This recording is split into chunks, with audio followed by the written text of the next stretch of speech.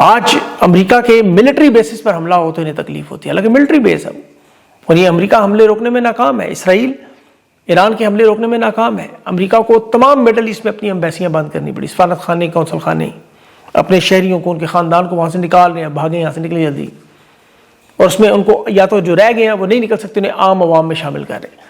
عرب امارات کی وزارت دفاع نے رپورٹ جاری کی کہ جی یہاں امریکی فوجیوں کی اتنی بڑی تعداد تھی کہ قطر اور بحرین کے بعد کہ 541 ڈرون ملٹری بیسز پہ مارنے پڑے، 35 ڈرون جو ہے وہ بالکل ٹھیک لگے، جسے خوف و ہراس یہ پھیلا کہ آج عرب امارات ایک قبرستان کی طرح خاموشی، ان کے آپ ایئرپورٹس دیکھیں، بندرگاہیں دیکھیں، کارگو سسٹم سب کچھ رک گیا۔ ان عرب پتی لوگوں نے کبھی سوچا بھی نہیں تھا کہ دبئی جیسی جگہ پہ بھی ایسا ہوگا، بحرین میں ایسا ہوگا کہ یہاں میزائل حملے آئیں گے، حالانکہ یہ صرف امریکی اڈوں پر ہو رہے ہیں، اندازہ کریں امریکی سفارت خانوں پہ ہو رہے ہیں۔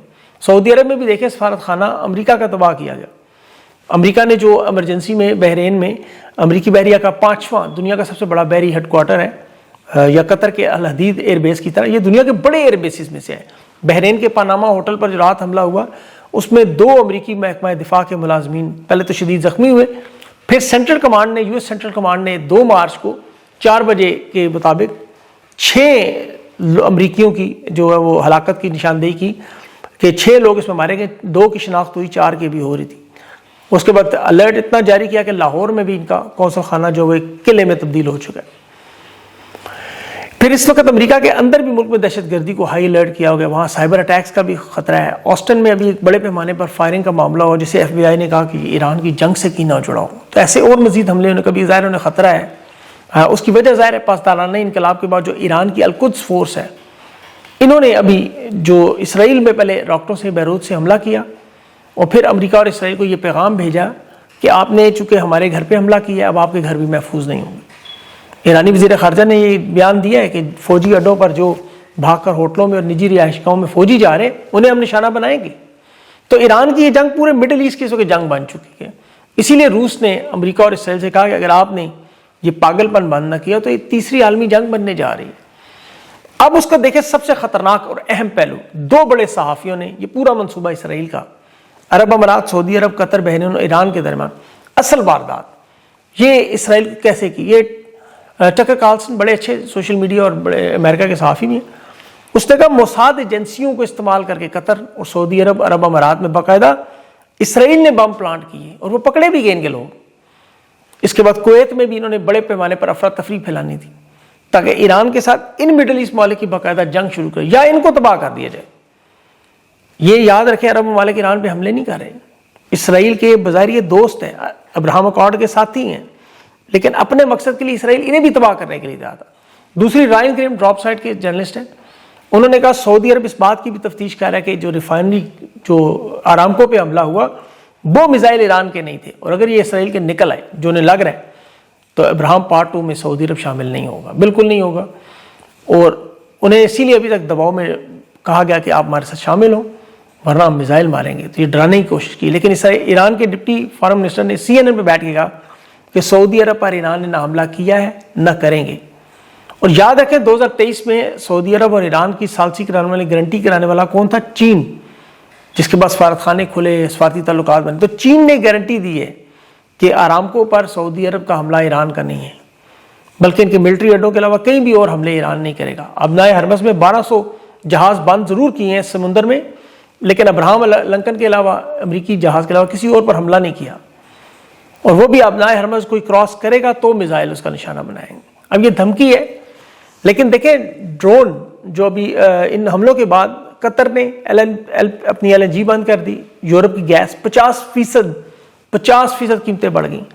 اسی طرح تیل کی قیمتوں میں بھی یہ بحران پوری دنیا میں، سعودیہ کی آرامکو بند ہو رہی ہے، قطر سے LNG بند ہو رہی ہے، کویت، ابوظہبی، بحرین یہ بند کر رہے ہیں، وینزویلا کی سپلائی کا تعطل ہے، اور یہ اس وقت دنیا کی پوری تباہی پھر گئی۔ اب پاکستان جیسا ملک دیکھیں جو پہلے ہی افغانستان کے ساتھ جنگ میں ہے، اسٹاک مارکیٹ نے ہماری ویسی کل تباہی پھیری، وہ میں آگے چل کے بات کرتا ہوں معیشت کے حوالے سے۔ لیکن ایران کے 600 میزائل اسرائیل پہ جو لگے، اب اتنی بڑی تعداد میں انٹرسیپٹر سے بچ کر میزائلوں کا، یہ دنیا اس وجہ سے بھی حیران ہے کہ یہ اتنی مہنگی ٹیکنالوجی، اتنا پیسہ کیسے حملے کر رہے ہیں۔ پہلے تو یاد رکھیں یہ ایران کے لیے بڑی سستی ٹیکنالوجی، مہنگی نہیں ہے۔ کچھ لوگ کہتے ہیں جہاز خرید لیتے، یہ کرتے، میزائلوں کا دیکھیں یہ جو نئی کھیپ ابھی پاسداران انقلاب نے تفصیلات جاری کی ہیں، یہ جو رات کو حملے میں تھے، یہ وہ کہہ رہے تھے کہ اس میں سیکنڈ جنریشن میزائل استعمال کیے گئے، اس کے بعد ان کے پاس تھرڈ اور فورتھ جنریشن کے میزائل موجود ہیں، اور یہ چھٹی جنریشن تک کے دعوے کرتے ہیں کہ وہاں تک اگر ہمیں ضرورت پڑی تو میزائلوں کی درجہ بندی ہے، ظاہر ہے۔ اب ان کی درجہ بندی ہوتی ہے رینج کی بنیاد پہ، کہ مطلب short range, medium range, long range, کتنی دور تک جا سکتے ہیں۔ پھر انٹر کانٹیننٹل جو براعظمی میزائل، یا رفتار کے حساب سے کریں تو بیلسٹک میزائل ہوتے ہیں جو اوپر جا کے آپ کو پتہ پھر نیچے پھٹتے ہوئے آپ کو نظر آتے ہیں، یا ہائپر سونک جو بڑے تیز ترین پیچیدہ راستوں سے بچتے ہوئے انٹرسپٹر سے نکل جاتے ہیں۔ اب پاسداران انقلاب جو ذکر کر رہے ہیں وہ گائیڈڈ سسٹم میزائل بھی ہیں ان کے پاس، جس کی سپیڈ بہت زیادہ تیز ہے، بہت زیادہ تیز رفتار ہے۔ اور اب یہ جو ان کی ایک نئی جنریشن جس کی بات کر رہے تھے اسرائیل کے دفاعی نظام پہ، تو وہ دیکھیں 5 لیئرز پر مشتمل ہے، ان کے پاس 5 لیئرز میں انہوں نے اپنا ڈیفنس سسٹم بنایا ہوا۔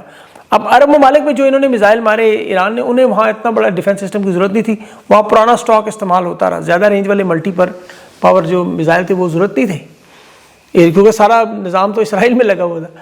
اب پاسداران انقلاب نے یہ دعویٰ کیا ہے، اور یہ ان کی جو میزائل کی نئی تصویریں اور وہ ویڈیوز ہیں ہیبت ناک، ان کو حجم دیکھ کے خوف آتا ہے۔ اب وہ فضائی ٹیکنالوجی اور جہازوں کی بجائے جو ایران کی انویسٹمنٹ اپنے میزائل ٹیکنالوجی پہ لگی وہ آج نظر آ رہی ہے۔ مارکو روبیو امریکی وزیر خارجہ نے بھی بات کی اعلان میں رات کو کہ یہ میزائل ایران 1 مہینے میں 100 سے زیادہ بناتا ہے، جبکہ ہم انہیں روکنے کے لیے جو انٹرسپٹر بناتے ہیں وہ 6 سے 7 بھی نہیں بنتے، 1 مہینے میں 100 میزائل۔ اب اس میں اخراجات کے حوالے سے دیکھیں، جنگوں میں ظاہر آپ کو پتا سب سے بڑا معاملہ اخراجات کا ہوتا ہے۔ شہادتوں کے اعتبار سے تو ظاہر ہے نقصان ہے، بہت بڑا نقصان ہے، ایران کو فی الحال زیادہ نقصان ہے، اس کی آبادی بڑی ہے، ملک بڑا ہے، اسرائیل پر معاشی دباؤ لیکن زیادہ ہے پر کیپیٹا کے حساب سے۔ پچھلی 12 دن کی جنگ جو تھی اس میں اسرائیل نے تقریباً 800 میزائل ایران سے کھائے، 800 میزائل تقریباً $2 سے $2.5 لاکھ، اب پوری لاگت کریں تو $1.5-2 ارب کی جنگ ایران کو پڑی، زیادہ سے زیادہ 3 ارب کہہ لیں، باقی تباہی کا خرچہ جو ہوا۔ اب اسرائیل نے جو حملوں کو روکنے کے لیے جو صرف ایرو دفاع جو ان کا ڈیفنس سسٹم ہے $1 ارب صرف اس پہ لگا ہے، پھر آئرن ڈوم، پھر انٹرسپٹرز کی ملینز میں قیمت 4 بلین سے لے کر $68 ارب تک، کیونکہ اس میں فضائی حملے بھی تھے، $11 ارب کا ایندھن تھا، تیل تھا، ساز و سامان کی مرمت تھی، فوجی بھرتیاں انہوں نے کی ہزاروں کی تعداد میں، وہ معیشت سے لوگوں کو نکالا۔ تو بینک آف اسرائیل کا $68 ارب کا یہ نقصان انہوں نے بتایا تھا، لیکن $200 ارب سے زیادہ مہنگی جنگ تھی، اور بڑے نقصان میں 500 سے 1000 ارب۔ یہ رجیم چینج کا اصل مقصد کیا ہے ان کا؟ دیکھیں کہ یہ سارا نقصان بھی پورا کرنا ہے تیل چھین کے، اور یاد رکھیں معدنیات اور چین یہ 2 چیزیں امریکہ کے لیے ضروری ہیں۔ ایران کے ذخائر اور تیل پہ نظر ہے ان کی، دوسرا چین کو روکنا، کہ تیل کے سب سے بڑے خریدار چین ہے۔ 15 مہینوں میں ڈونلڈ ٹرمپ کے اقتدار میں آپ دیکھیں تو توانائی کی جنگیں ہوئیں، اور چین کے جو ابنائے ہرمز میں بھی تیل کی سپلائی بند ہوئی، وینزویلا کے جو تیل کے ذخائر ہیں، یہ سارا چین کو روکنے کے لیے۔ گرین لینڈ پہ بھی جو ڈونلڈ ٹرمپ کا دعویٰ ہے قبضے کا، وہ بھی کہہ رہا ہے جی ہاں چین اور روس آ جائیں گے۔ تو ٹرمپ کا تو اصل طاقت کا یہ معاملہ ہے۔ اسرائیل کا معاملہ جو ایران کی جوہری پروگرام ہے، علاقائی طاقت ہے، اور گریٹر اسرائیل جو اس کا توریت کی کل وہ مثال بھی دے رہا تھا نیتن یاہو۔ اب یہاں پر کچھ یورپ میں جیسے جرمنی اور یوکرین کہہ رہے ہیں ہم آپ کے ساتھ ہیں، انہیں لگ پتہ جائے گا بھی جب گرین لینڈ پہ یورپ جو اس پہ قبضہ کر کے ٹرمپ نے یا یوکرین کو روس کے حوالے کر دیا۔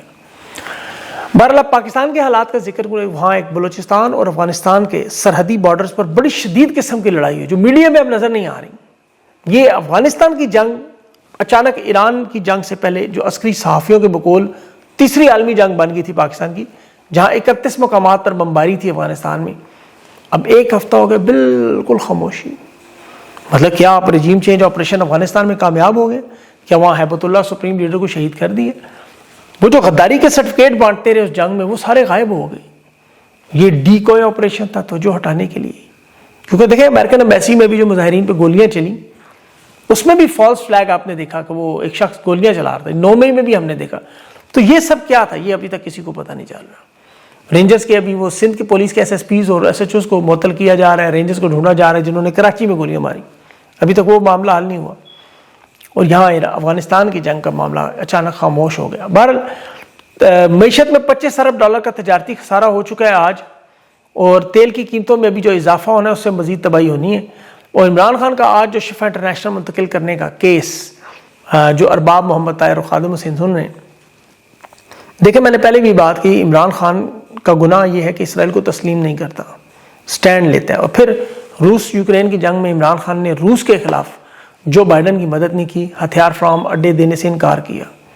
عمران خان کی حکومت اسی لیے گرا کے بے گناہ جیل میں ڈالا، خاندان سمیت اس کی قیمت عمران خان اور پورا پاکستان چکا رہا ہے. عمران خان امن پسند، جنگوں کا دشمن ہے، جنگ نہیں چاہتا. مشرق وسطیٰ ہو، ایران ہو، افغانستان، سب کے اچھے تعلقات. اور جہاں آج ہماری ہر جگہ جنگ لگی ہے، جس کی وجہ سے ہماری تجارت، معیشت، ملک کا امن و امان سب کچھ تباہ و برباد ہو رہا ہے. اور ایک شخص کو جھکانے اور توڑنے کے لیے امریکہ اور اسرائیل کی بات مان رہے ہیں. آج عمران خان کی ملاقات ہے، شفا منتقلی کے چانس ہیں یا نہیں؟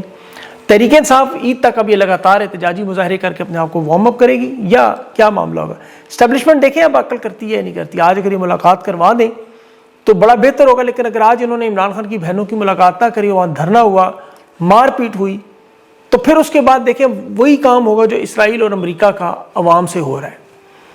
یہ جتنے مرضی طاقتور ہوں، دیکھیں وہ بار اب اگلے ویلاگ میں تفصیل آئے گی، اس میں کوئی اور چیزیں بھی ہیں انشاءاللہ. اگلے اس میں افطاری کے بعد دوسرے جو ویلاگ اس میں ہیں آپ کو بتاؤں گا اپڈیٹس. اپنا خیال رکھیں، مجھے اجازت دیں. اللہ حافظ.